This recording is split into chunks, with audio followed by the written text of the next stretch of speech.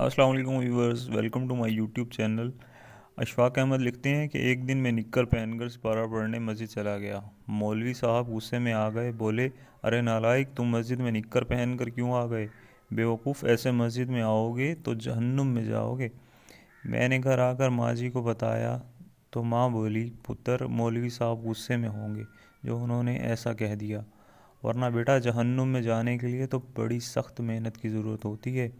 جہنم حاصل کرنے کے لیے پتھر دل ہونا پڑتا ہے، جہنم لینے کے لیے دوسروں کا حق مارنا پڑتا ہے، قاتل اور ڈاکو بننا پڑتا ہے، فساد پھیلانا پڑتا ہے، مخلوق خدا کو اذیت دینی پڑتی ہے، نہتے انسانوں پر آگ اور بارود کی بارش کرنا پڑتی ہے، محبت سے نفرت کرنا پڑتی ہے، اس کے لیے ماؤں کی گودیں اجاڑنی پڑتی ہیں، رب العالمین اور رحمت للعالمین سے تعلق توڑنے پڑتے ہیں، تب کہیں جا کر جہنم ملتی ہے۔